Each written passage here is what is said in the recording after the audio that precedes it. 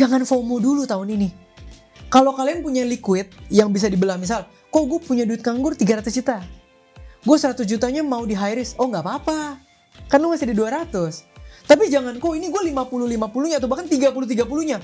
Gue 30-30-nya masuk high risk, lu mati. Gue aja pernah mendengar tentang Pani di harga 800, gue pernah cerita ke lu kan? Dari 2000 berapa tuh gue cerita ke lu kan, gue lagi makan di restoran Jepang, ada orang yang bilang Pani nih pasti ke 5000, kalau nggak 5000 lu boleh iniin gue gitu kan. Kalau detik itu gue kenal orang itu sebegitu dalam, gue all in.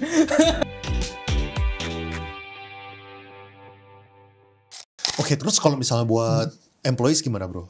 Dari segi apa yang mereka bisa lakukan kalau misalnya mereka sekarang terdampak dengan apa yang menurut terjadi? Menurut gue, saya ini employees juga berat pak. Kenapa? Karena kalau entrepreneur atau business owner ini kena, efisiensi struktur cost perusahaan itu kan udah pasti fixed cost. Fixed cost itu udah pasti apa? Gaji pak. Gaji THR. Jadi di posisi ini yang tadi gue bilang, pondasi finansial dikuatin. Yang kedua, jangan FOMO dulu tahun ini. Kalau kalian punya liquid yang bisa dibelah, misal, kok gue punya duit nganggur 300 juta. Gue 100 jutanya mau di high risk, oh gak apa-apa. Kan lu masih di 200. Tapi jangan kok ini gue 50-50-nya atau bahkan 30-30-nya. Gue 30-30-nya masuk high risk, lu mati. Jangan gitu loh. Kalau modal lu masih nanggung dan masih lu butuhkan untuk keberlangsungan hidup, tahan dulu FOMO-nya. Lu perlu survive karena ini gonjang-ganjingnya besar sekali. Lu gitu ngerasain gak sih? Tapi kan bisa aja ada pemikiran seperti ini. Kayak misalnya orang punya 50 juta ya. Kenapa mereka mau masukin semuanya sekarang? Soalnya mereka mikir, kapan lagi BBRI 3.600? Betul. Kapan lagi BMRI di 4.600? BBCA di 8.400? Ya hajar lah sekarang semuanya gitu. Betul. Kenapa mereka salah untuk memikir seperti itu? Nah, karena zaman ini semua literasi finansial, khususnya investasi, itu nge-skip semua proses. Bener gak? Ayo. Mana ada yang mau ngasih tahu? Sebelum beli high risk instrumen, punya dana darurat dulu ya, nggak kejual bro. Nggak bisa. Zaman sekarang adalah narasinya lu punya 10 juta lu bisa kaya. Ya dari 1000 orang punya 10 juta mungkin 2. Sisanya pinjol pak. Gak ada likuiditas. Mau gimana gitu. Makanya tadi gue bilang, kalau lu bisa bagi diversifikasi kayak tadi. Misalnya ada duit 200 gitu ya. Lu masih bisa 70 deh. 70 lumayan loh. Kok gue mau masukin BRI misalnya. Gue gak tahu kapan lagi di harga sini. Silakan. Karena segininya lu masih bisa hidup. Ini untuk menjaga apa sih? Menjaga aktif income lu kenapa-kenapa. Menjaga amit-amit dalam prosesnya lu sakit dan lu gak ada insurance. Amit-amit lu ada unexpected things happens yang lu harus keluar duit. Kan itu sebetulnya. Investasi kan kuncinya duit dingin. Selama itu dingin dan lu bisa hidup, profil resiko lu naik, gak ada masalah kok. Tapi jangan lu tidak punya pondasi, lu naikin profil resiko lu pasti gembel. Gitu loh. Berarti untuk orang memiliki cushion yang aman, menurut lu berapa bulan dari cost kehidupan mereka yang harus? Nah, ini kan balik lagi. Orang bilang 6 bulan. Iya, gitu ini kan beda-beda. Kalau lu single dan misalnya orang tua lu cukup, lu cuma menghidupi diri lu doang. Menurut gue 3 bulan, 4 bulan cukup karena daruratnya lu masih bisa ditanggung parents. Nah, untuk orang-orang seperti itu, hajar menurut gua. Makin kaya lu, makin high risk lu, bagus menurut gue. Tapi high risk bukan yang bisa bikin bangkrut orang tua ya maksud gue ya. High risk dalam ukuran dompet lu ya. Hajar, kenapa? Karena memang lu punya leverage-nya. Gak ada masalah. Tapi ini akan jadi bahaya kalau diratakan ke majority people pak. Kalau misalnya bonyok lu bergantung sama lu bergantung sama gaji. Terus lu kan pasti berharap ada perubahan hidup ya gak? Nah perubahan hidupnya lu harap dari sini. Susah pak, kayak tadi lu bilang. Tapi kapan lagi masuk di harga segini? Gue balik aja. Kapan lagi naiknya? Kapan naiknya? Lu bisa jawab gak? Gak Semoga. bisa jawab. Semoga Sampai saat itu gue tidak harus berhutang untuk makan kan gitu. Bener gak? Tapi kalau orang yang pondasi finansialnya kuat, itu uang investasi mau dia taruh di resiko gimana pun hidupnya gak terganggu, itu terserah, itu bebas. Malah gue encourage untuk terus. Profil resiko naikin terus seiring dengan kapital lu naik. Gitu. Malah kalau kapital lu udah gede, lu mau misalnya lu punya 5 miliar, lu mau potong 3 miliar, wah all in silakan. Tergembel lu masih 2 miliar, lu hidup pak. Tapi yang menariknya bahasa all in lu pun udah disisihin dulu. Iya. Lu bahasa all in lu udah disisihin. Oh ini 3M, ini yang buat gua high risk. Iya, finance itu tuh tentang persiapan dan budgeting pak. Gitu loh. Finance selalu tentang persiapan. Biarpun lu bilang, "Kok, tapi gaya lu mah old fashion. Mana bisa kaya?" Guys, kalian bisa ngomong gitu karena orang tua kalian terlebih dahulu old fashion. Kalau orang tua kalian ngikutin gaya kalian, bayangin kalian ngomong apa? "Sorry ya, Dek, uang sekolah dan kuliah kamu kemarin papa pikir masukin sini, kamu bisa kuliah di US. Ternyata habis dimasukin sini kamu gak kuliah. Sorry ya, Dek." Gak begitu, Le, gitu loh. Karena orang tua kita tahu ada anak, maka dia jaga profil resikonya. Sehingga anak itu bisa ambil resiko yang lebih tinggi di generasi berikutnya. Itu fair. Gitu. Tapi kita harus tahu. Kemarin gue bahkan bikin kontennya. Pak Waris sama Perintis itu sama-sama susah. Dua-duanya punya roles yang berbeda. Perintis itu harus lebih risk averse. Kenapa? Karena tujuannya membangun. Lebih hati-hati karena tujuannya membangun. Pak Waris bisa lebih risk taker. Kenapa? Karena tujuannya mengembangkan. Untuk berkembang lu butuh resiko yang lebih tinggi. That's fair. Gitu loh. Masa misalnya ya, wah orang tua lu udah invest ruko, punya ruko 7 gitu ya. Ya udahlah Teh, kita slow risk aja. Itu ruko ya sewain biasa. Lu yang PA lah. Kalau lu udah punya 7 ruko, kembangin dong. Mau bangun apa? Coworking, atasnya studio yoga, atasnya apa? Ya enggak? Ini gabungin, mau bangun apa? Akademi offline kecil? Oh silakan kembangin. Tapi beda gayanya sama bokapnya yang harus merintis untuk beli 7 ruko itu. Beda gameplay, beda roles, beda mindset. Nah itu yang selalu gue omongin, Pak. Gitu. Sekarang gue pengen move on ke ini deh, ngomongin komunitas ya. Kalau misalnya menurut lu ya, kayak seberapa besar sih peran circle terhadap apa yang lu bisa capai hari ini, termasuk yang kemarin lu bisa melewati masa-masanya COVID? Wah penting banget, Pak. Kayak gimana tuh contohnya? Maksudnya boleh sharing gak? Ini circle dari mana? Dari family kah? Ya, teman kah? Kan waktu di podcast kita sebelumnya gue ngomongin ya bagaimana orang mungkin susah, orang menengah dan orang atas aja tiap hari ngobrol sama orang tuanya aja produknya bisa beda ya.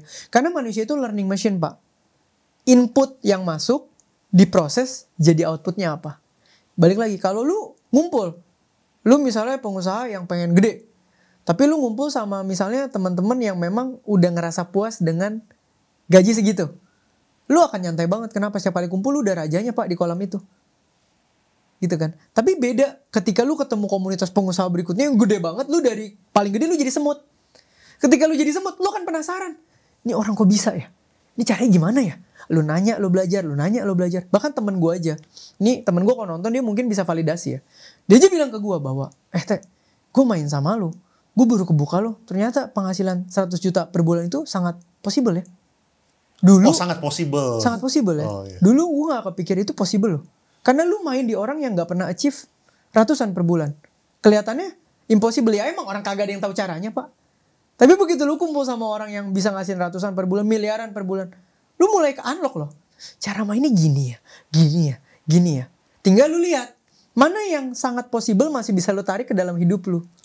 Kalau misalnya di lu sendiri, lu boleh share nggak misalnya ya dari beberapa dari keluarga lu sendiri gitu. Kayak apa yang memberikan impact apa yang dari circle keluarga lu yang lu bisa jadi achieve something gitu. Bisa gue pengen move on ke akhirnya ke pertemanan maupun ke kalau dari gereja. Family, jujur gue nggak maksud apa-apa, tapi jujur dari family susah. Karena family gue itu balik lagi, ini ideal. Nah ini family gue nih. terlalu scattered dan susah untuk gue jelaskan. Jadi kalau dari family gue lebih dapat don'ts do ini daripada do ini. Nah ini kan yang menarik kan. Maksudnya ya buat teman-teman yang belum paham konteksnya, gue suka pegang contoh ini soalnya dua contoh ini menggambarkan apa adanya dengan cepat gitu. Jadi gue pakai dua contoh ini. Jadi Teo ini kan single parent, plus abis itu pernah diputusin sama pacar gara-gara senjangan ekonomi gitu. Itu buat paling mudah menggambarkan kalau misalnya mereka belum pernah nonton podcast kita sebelumnya. Nah makanya yang paling menarik ini kan mayoritas orang itu kan pasti kan ada efek dia punya output itu gara-gara dia punya circle gitu kan. Kan kita udah pernah go over this story dari segi family lu itu kurang ideal gara-gara status ekonominya kurang gitu kan. Betul. Kok lu malah bisa mengambil itu sebagai don'ts-nya, bukan sebagai kayak ini normanya gue gitu. Nah ini lucu, segitiga yang Tuhan taruh di hidup gue pada masa gue lagi melewati masa-masa itu, segitiganya gini, family. Ini maksudnya gini ya, gue gak bilang family gue tidak baik. Ya, nyokap gue do the best lah, fight the best, oke? Itu kredit ke nyokap gue. Tapi karena background dia juga tidak ideal, tidak ada boundaries atau garis-garis. Ini wise gak ya untuk pertumbuhan anak? Ini wise gak ya kalau gue ngomong ini nggak? Nyokap gue tuh tipe yang buka semua. Gue udah hutang segini. Oh, di transparan. Transparan. Gue gak bisa bayarin lu ini. Gue beger gitu. Wah, itu kan gue sebagai anak tidak ada rasa secure nih, jujur. Makanya itu di satu sisi jadi motivasi gue cari uang terus kan gitu ya. Nah, segitiganya adalah ketika gue ketemu di lingkungan keluarga gue dapet don'ts-nya. Karena contohnya adalah contoh yang gue tidak mau jadi orang seperti itu semuanya. Mostly kebanyakan. Nah, segitiga kedua adalah komunitas gereja. Waktu itu gue di GKI Mangga Besar, itu deket rumah gue kan, gue udah bilang gue anak Mangga Besar.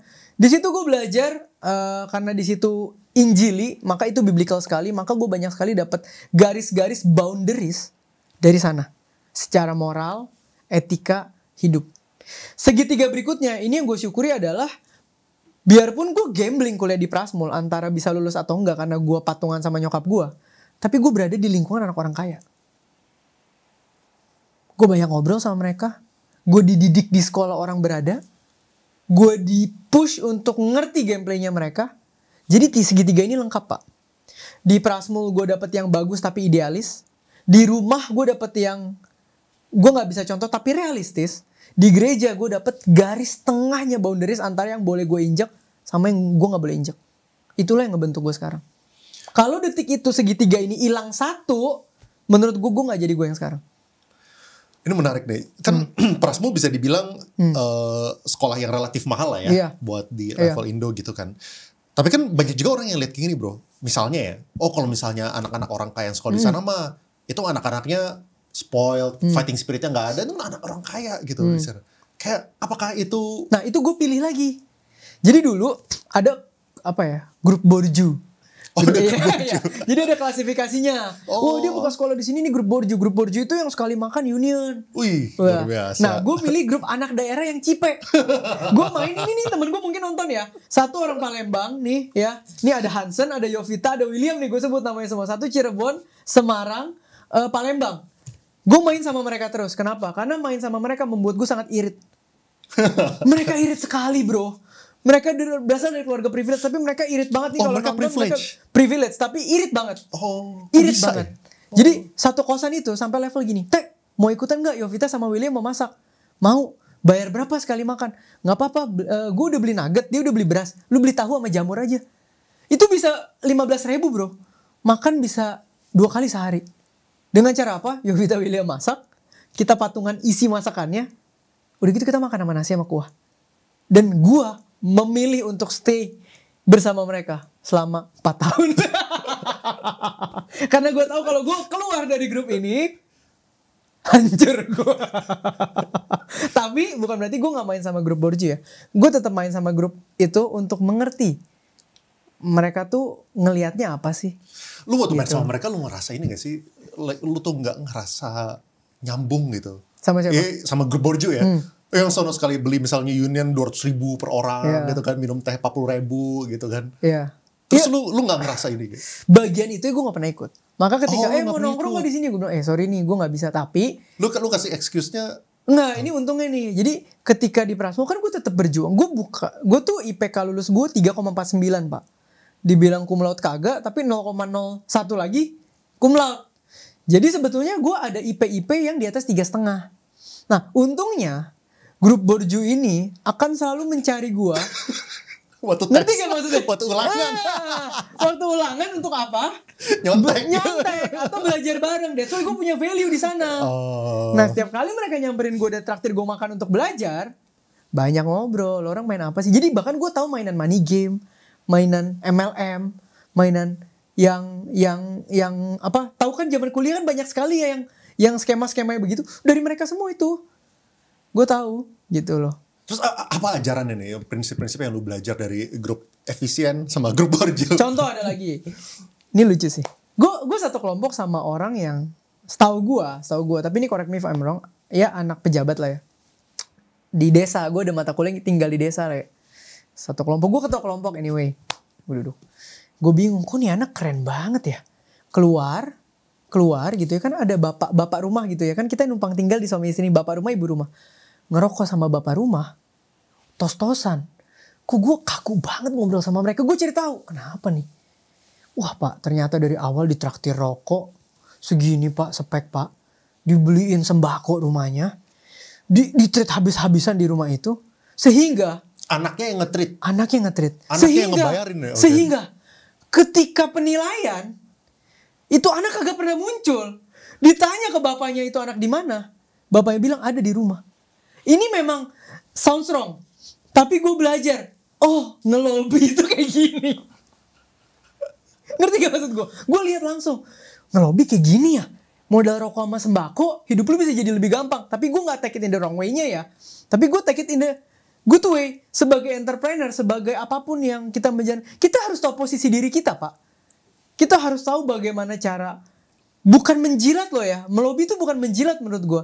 Tapi memberikan positioning yang baik gitu loh. Untuk advantage lu. Itu gue belajar dari dia loh. Dari satu kelompok gue yang bisa kayak gitu dia doang, Pak. Artinya apa? Terus pulang dari desa, gue tuh nebeng dia pulang. Gue nebeng dia. Itu pertama kalinya gue tahu ada mobil punya Captain Seat namanya Alphard. Di desa anjir, dijemput ke desa coy. Dari desa gue pulang ke Jakarta naik Alphardnya dia. Gue baru tau, ini mobil mewah juga ya anjir ya. Captain Seat enak bisa net. Gue kan tau mobil kan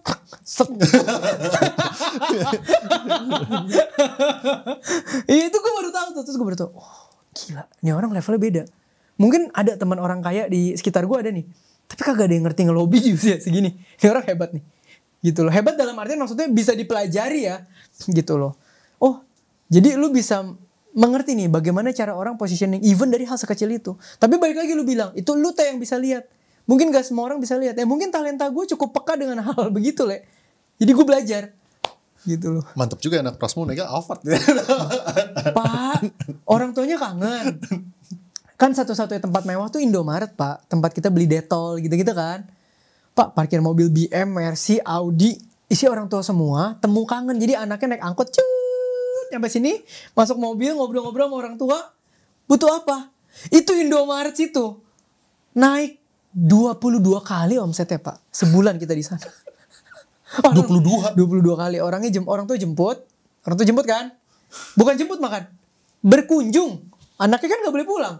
Berkunjung di mobil ketemu, iya papa mama.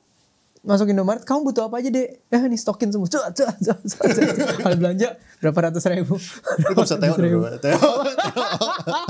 Gue mah jualan power bank. Jualan power bank. Oke, menarik. Ya itu kuncinya buat komunitas lah ya, berarti ya. Iya. Berarti ciri-ciri apa ya? Kayak caranya gimana supaya orang bisa mendapatkan komunitas itu supaya mereka akhirnya bisa observe. Nah, approach. Beruntungnya gue kalau waktu masuk gereja gue yang di approach. Ya gereja kan selalu cari jiwa baru ya. Jadi kita di approach. Tapi yang lain-lain kayak jiwa misalnya lagi nyasar gitu ya. Tipikal-tipikal bahasa sesat. Baru diputusin bengong-bengong di jalan. Butuh diselamatkan. Iya, butuh diselamatkan nih jiwa nih. Nah, kalau misalnya yang lain itu harus approach. Kayak gue pertama kali gue bilang sama lu, gue tahu personal branding dari Ruby. Lucu lagi abis gue ngomong kayak gitu, minggu depannya gue ngisi bareng dia kemarin di Gilgal tuh. Ngobrol-ngobrol. Nah, itu aja. Gue masih catch up sama 4-5 orang yang gue ketemu di workshop 2019.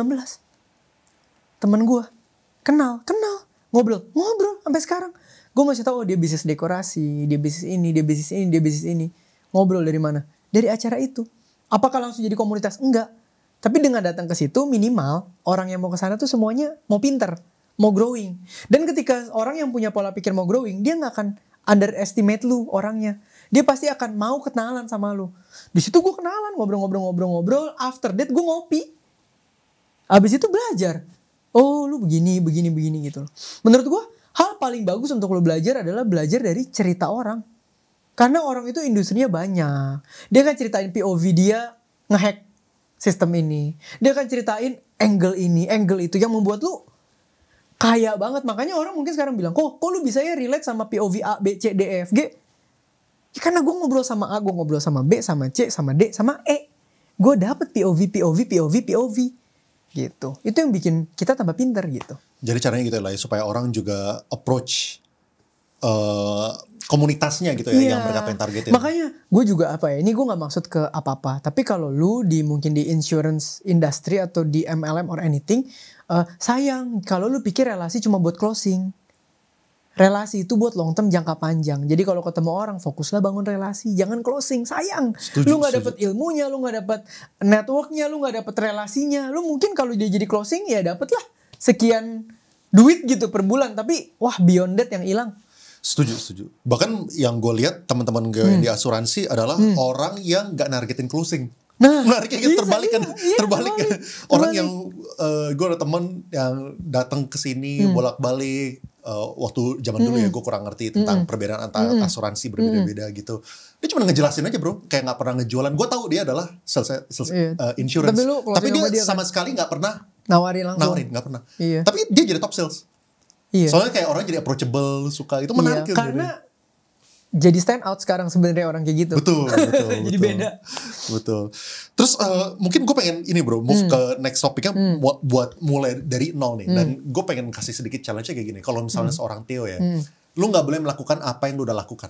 Waduh. Misalnya nih, lu kan ada Coffee Meets Talks, habis itu lu ada pameran, lu ada creative agency gitu-gitu kan. Misalnya lu gak boleh bilang jalanin itu gitu. Lu harus mulai dari nol. Kira-kira langkah pertamanya apa yang lu bisa kerjain? Ceritanya knowledge-nya gak ada nih ya tentang semua. Knowledge-nya ada lah, knowledge-nya ada boleh. Tapi lu gak boleh, for some reason industri ini bisa dibilang lagi di ban sama Trump lah. Misalnya gitu kan, lagi ngalamin seperti itu. Kayak kira-kira gimana cara mulai? Sekarang ya? Sekarang mungkin gue akan belajar tetap fokusnya di digital. Either kalau misalnya tadi tuh yang gak boleh personal brand, mungkin gue akan mainnya YouTube channel. Gue akan fokus di YouTube channel karena zaman sekarang YouTube channel adalah tambang emas bagi yang mengerti bermainnya dan hal yang melelahkan bagi yang tidak mengerti bermainnya.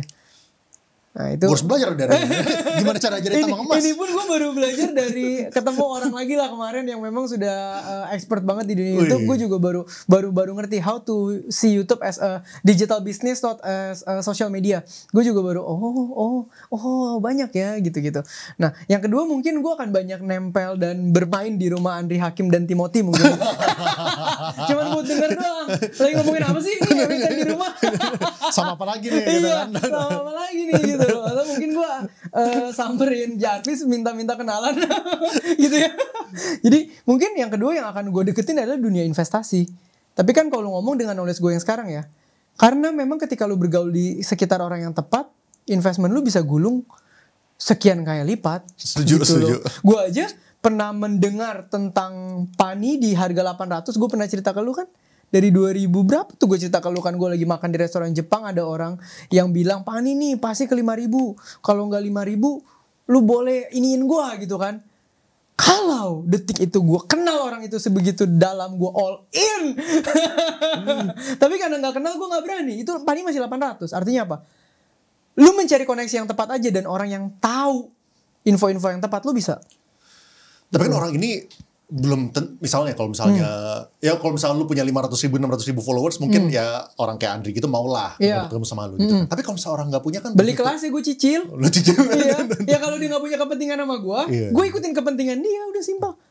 Mau nggak mau gue harus bayar harga pak. Iya. Kita kan berelasi gitu ya. Kalau gue nggak punya kepentingan yang lu punya, mau nggak mau gue harus adjust kepentingan lu. Ya, apa yang gue masih bisa afford?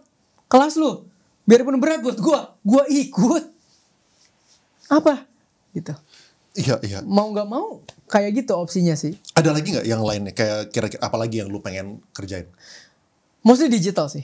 Iya, udah melihat kayak gini gue kayaknya nggak akan lari di luar digital sih. Karena F&B juga gue pernah coba dan rasanya gue belum garisnya belum di sana ya. Tadi udah beberapa kali F&B gagal. Terus bisnis produk juga belum tahu. Lu udah kepikirannya gak sih kayak apakah menurut lu ya lu akan gue kerja dulu deh, atau menurut lu bakal coba tadi itu investasi atau pengusaha bisnis lagi? Kalau dengan knowledge yang sekarang pasti gue pengusaha, karena template-nya sudah ada. Iya, udah kebangun seperti itu. Iya. Terus kalau misalnya kita ngomongin personal branding deh, kayaknya kan personal branding itu sesuatu yang lumayan penting banget.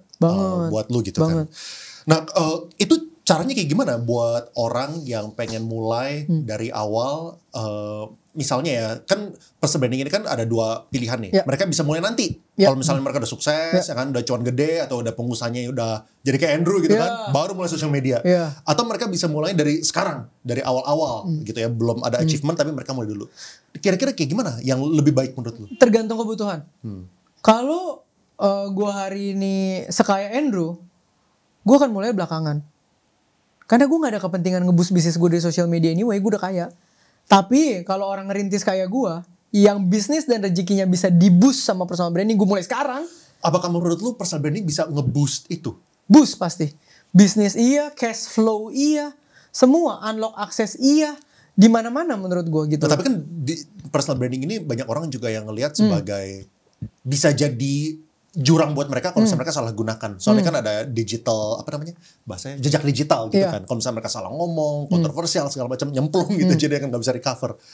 Apa nih yang don'ts-nya gitu? Oke, mungkin yang pertama tarikan awalnya ya. Tarikan awalnya tadi ya, kebutuhan lo apa. Kalau bilang, kok gue orang yang merintis dan gue pengen di-boost oleh personal branding. Berarti kayak gue nih, kita masih menapak ke atas, belum di atas gitu ya. Masih menapak ke atas ya berarti kita masih butuh. Nah, untuk orang-orang seperti ini dan termasuk gue bisa bilang yang pertama, personal branding ini nih, kalau lu udah terlanjur terkenal, hidup lu tuh susah. Maka lu harus tahu jelas purpose lu apa. Purpose maksudnya gini.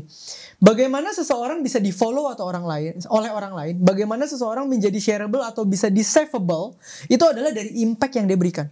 Misal, gue pulang kerja ya capek nonton. Wah, ini orang ngejokesnya lucu banget. Gue ketawa, gue seneng gitu. Wah, sambil minum kopi ketawa. Itu impact loh. Gue terhibur melihat dia. Akhirnya gue apa? Share teman gue juga yang lagi capek kayaknya perlu deh ketawa. Kirim. Wah, ini besok gue mau lihat lagi follow.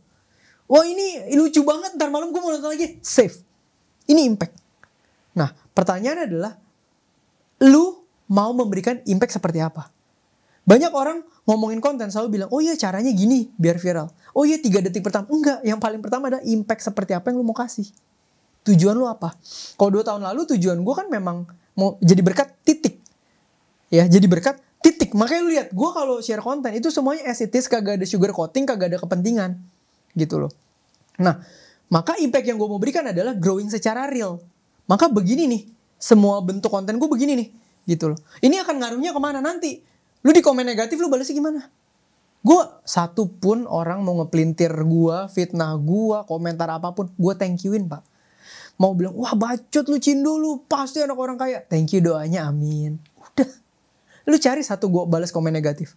Gak ada, kenapa? Karena purpose gue jadi berkat. Ketika gue balas dia negatif, itu langsung kontradiktif sama purpose gue.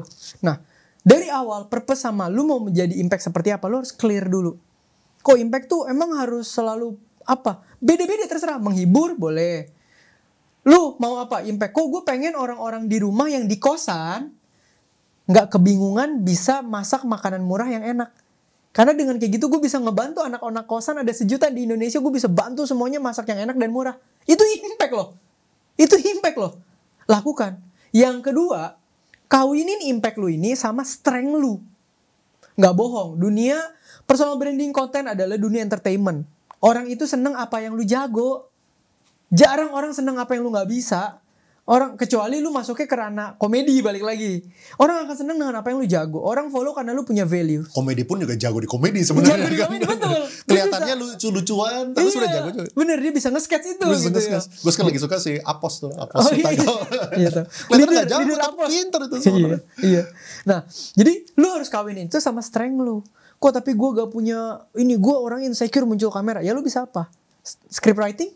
Lu bisa apa? Voice over, suara lu oke. Lu bisa apa? Animasi? Apapun boleh. Kawinin 2 tadi, jalan. Udah. Sisanya pasti learning by doing pak. Sama mungkin gue boleh pesan kalau teman-teman udah terlanjur jalan. Dan oke, kalian harus tahu. Ini jadi menurut gue ya. Di sosial media ini sekarang lucu. Suka ada orang bilang gini. Wah lu ambil endorse. Wah lu jual kelas. Yang jual kelas ngatain yang ambil endorse. Yang ambil endorse ngatain yang jual kelas. Ini tuh bisnis model pak. B2B udah pasti kayak gua sama brand. B2C udah pasti jual kelas. Gak ada yang salah, ini sesimpel bisnis model. Mana yang lebih bagus? Yang cocok sama lu. Udah, that's it. Nah mungkin tarikan spektrum etikanya itu lu sebagai individu harus kesadaran sendiri. Brand banyak yang kita tolak, kita ambil yang memang kredibel dan memang bisa membantu beneran kan oke. Jualan kelas juga kalau jualannya tidak menipu kan oke. Gitu. Jadi ya ini buat tambahan info aja teman-teman. Kalau kalian punya traffic, udah pasti monetize-nya dari 2 model. B2B atau B2C. B2C ya tadi kelas, produk digital. Gitu kan. Kalau B2B ya mungkin brand placement, invitation speaker dari brand, podcast segala macem. Lu pernah gak sih salah ngomong atau ada satu konten yang sampai feedbacknya tuh negatif gitu? Pak, nggak salah ngomongnya di pelintir Pak. Oh gitu ya? Iya, dipotong depannya doang. ya enggak lah. Maksud gue, oke. Nih gue kasih tau lu ya. 2 konten yang pernah dipotong orang dan dipelintir itu dua-duanya di overpush. Oh ya? Iya. Aduh. Tidak pernah ada konten lain di dalam hidup gue yang dipelintir selain gini. Kayak ngomong apa ya? Yang dipelintir pertama itu yang waktu kita lagi ngomong ini, Le. Nikah itu harus punya berapa? Oke. Terus kan gue udah disclaimer-nya berlapis-lapis nih. Gue disclaimer untuk circle gue, disclaimer untuk top performer, disclaimer untuk bonus mentok. Maka di usia 30-an, 30 juta per bulan, oke. Itu disclaimer-disclaimernya dipotong. Oh, jadi Di-upload seakan-akan harus punya 30 juta baru boleh merit. Itu rame tuh. Tapi buat orang yang dengar full, mereka ngebela. Karena mereka tahu konteks. Nah, belakangan ini juga ya mungkin ada lagi. Orang lagi? Ada Apa nih lagi yang beberapa klip. Ini tim gue yang kemarin akhirnya bilang ya, karena udah beberapa kali. Yang terakhir kan podcast kita cukup rame. Cukup rame ketika gue kan bilang, lo gak bisa nih semua orang jadi kaya. Tapi semua orang bisa bertambah kaya sesuai dengan konteksnya. Ingat gak lo yang gue bilang? Kalau lu dari anak yang misalnya harus bayarin utang orang tua, punya mimpi 100M kan sebenarnya berat ya gitu loh. Kalau lu berasal dari orang yang orang tuanya cukup, punya mimpi 100M boleh. Orang lu sebulan aja bisa lihat 1M di rumah lu. Kan jadi make sense gitu ya. Nah ini pun dipotong Pak. Dipotong statementnya tuh semua orang gak bisa kaya, titik sampai situ doang. Oh. Jadi narasinya adalah gue menjatuhkan mimpi orang. Tapi gue tidak sebut subjek karena mungkin ini ada clipper-clipper nakal lah yang kayak mungkin ditempel-tempelin sama orang, dibangun narasinya. Nah tapi mungkin puji Tuhan karena kemarin banyak yang nonton podcastnya full konteks, banyak banget komennya yang kayak nonton fullnya gitu. Gitu. Nanti gue pengen lihat teman. Dua-duanya overpost. Ini ada lagi gak nih? Nanti gue bantuin naikin engagement lu. Menarik. Nanti gue pengen lihat. Terus kayak cara lu nge-handle gimana? Kan ada orang juga yang ngerasa itu bisa jadi gak bagus. Mereka juga takut apalagi bisa jadi menyangkut privacy. Buat orang yang pengen mulai personal branding ya. Untuk mempersiapkan mental mereka menghadapi tadi kan yang bener aja dipelintir, boro-boro yang mereka salah ngomong gitu kan. Nah, cara menghadapinya kayak gimana? Mungkin kalau lu jadi kreator atau personal brand, ujung-ujungnya lu terbiasa by nature sih. Itu tidak bisa lari. Mungkin kedua yang gue bisa bilang adalah, ya mau orang hari ini nge-hate kita, mau orang hari ini memfitnah kita, mau orang hari ini apapun, kita balik aja ke purpose dan impact. Misalnya lu bilang, impact gue, purpose gue pengen menghibur Indonesia, kok gue pengen orang ketawa-ketawa karena jokes gue. Ya kalau ada komen negatif, lu bawa jokes aja. Atau lu kasih komentar positif aja, thank you, selesai. Lu gak perlu bales. Karena kalau lu bales, lu kasih ruang, akan kontradiktif sama purpose lu. Makanya tadi gue bilang, purpose gue mau jadi berkat. Lu mau apain gue akan thank you dan nyantai. Karena memang tujuan gue mau jadi berkat di sini gitu. Jadi menurut gue itulah purpose sepenting itu Pak. Tapi kalau gak ada purpose, lu akan gampang banget kepancing. Karena mungkin orang tuh yang lama-lama udah punya traffic, udah punya followers banyak. Itu kan divalidasi ratusan ribu bahkan jutaan orang ya Pak ya. Sebagai manusia mungkin ego naik Pak. Ketika ego naik ngerasa, ini gue followers ratusan ribu, gue bener dong. Gue pasti paling bener dong. Nah itu yang kadang mungkin bisa bikin kita kepancing gitu. Mungkin ini closing lah ya. Gue pengen nanya lu, misalnya nih ya, andai kata lu ketemu seorang anak kecil namanya TD gitu. TD. Teodita. Umur 12 gitu ya. Masih kecil. SD tuh. Kebetulan dia itu single parent, pernah diputusin sama pacarnya. Belum kebetulan. Dong, oh, kebetulan dia udah diputusin. Kurang ajar dia, kelas 6 udah. Nah, kira-kira apa ya yang lu bakal kasih tahu TD gitu? Yang masih kecil lah gitu, masih belum lulus gitu. Ya, gue pengen kasih tahu mungkin. Nah ini gue pengen kasih tahu mungkin hidup tidak seberat yang lo bayangin. Tapi gue gak tahu kelas 6 SD udah bisa bayangin hidup atau belum ya. Tapi kan saat itu Theo Derek udah pernah ngerasain, udah ngerti. Sudah, kan? Tapi gue tidak tahu sebesar apa porsi itu gue taruh di kepala gue. Yang jelas mungkin SMA lebih berat daripada SD. ngertinya soalnya. Oke lah kalau misalnya gitu TD gitu. Umurnya waktu itu kita naikin 15. Iya. Udah mulai ngerti situasi berat itu ya. Ya mungkin gue akan bilang jangan banyak overthinking, jangan banyak fokus sama masalah, dan jangan nyalain orang tua. Fokus aja sama solusi, jalan aja terus, dan percaya bahwa Tuhan jauh lebih besar dari apapun, dan dia memberikan ini ke lu, pasti dia mau pakai lu suatu hari nanti. Kan kayak sekarang, kalau gue tidak pernah di posisi itu, kalau tidak pernah di posisi yang belajar dari kesusahan seperti itu, gue sekarang mau jadi berkat. Apa yang gue share, Pak? Apa yang mau gue share? Nggak ada kan? Nah itu kan bahannya banyak. Jadi gimana nih, misalnya kan buat lu ya, kan nanti kalau misal one day lu juga bakal punya anak gitu kan, kayak posisi anak lu kan udah sangat berbeda dengan posisi lu dulu, gitu kan. Kayak gimana cara lu bisa make sure bahwa anak lu ini tetap ada grateful spiritnya juga. Ini kemarin juga ada. Oh ini juga nih, ini konten yang kemarin ramai juga nih. Oh ada juga? Ada juga. Berarti ada 3 berarti? Iya ada 3, ini podcastnya sama Chris. Oh berarti bukan cuma gara-gara overpost. Iya bener-bener. Kalau ini tapi nggak diklip, ini emang di komen doang. Jadi ini disclaimer ya buat teman-teman yang nanti akan komen hal yang sama dengan yang kemarin. Memang gue tidak valid untuk memberikan opini ini karena belum punya anak. Tapi ketahuilah karena gue pernah jadi anak, jadi mungkin gue memberikan angle yang gue berharap kalau gue jadi anak, dan bayangin nih nanti anak gue gitu ya kan, gue pernah di posisi anak. Gue pengen orang tua gue mendidik gue dengan cara apa? Mungkin gitu kali ya, akan lebih valid gitu ya. Nah mungkin kalau kayak gitu ya balik lagi ya seperti yang gue bilang, gue akan mengenalkan dia dari awal itu yang namanya proses. Karena gue melihat semua hal yang take it for granted itu tuh membunuh lu. Karena apa? Karena dulu gue pun misalnya gue dulu bisa blame nyokap gue di fase awal. Kenapa? Karena gue take it for granted kan. Nyokap gue berjuang, gue merasa itu udah emang kewajiban lu. Betul kewajiban. Tapi kan keringat di baliknya kan word appreciation, Pak. Dengan cara lo ngerti proses dan gak take it for granted, lo akan bisa menghargai perjuangan orang tua lu, perjuangan sekitar lu, kondisi lu yang sekarang ada. Dan ketika lo sudah bisa menghargai itu tanpa take it for granted, ingatlah bahwa itu pemberian Tuhan. Gitu loh. Jadi lo harus belajar mengenal Tuhan dan bersyukur dan berpegang pada values lo, supaya kedepannya lo bisa jadi pribadi yang berkembang secara bold. Kenapa? Karena orang yang punya values, dia akan bisa tahu what's important sama what's not important. Tapi ketika ada orang yang gak punya values, dia anggap semua hal important. Ketika lo anggap semua hal important, maka tidak ada yang important di hidup lo. Gitu. Nah, untuk tahu mana yang important dan not important, itu akan nge-shape hidup dia tuh.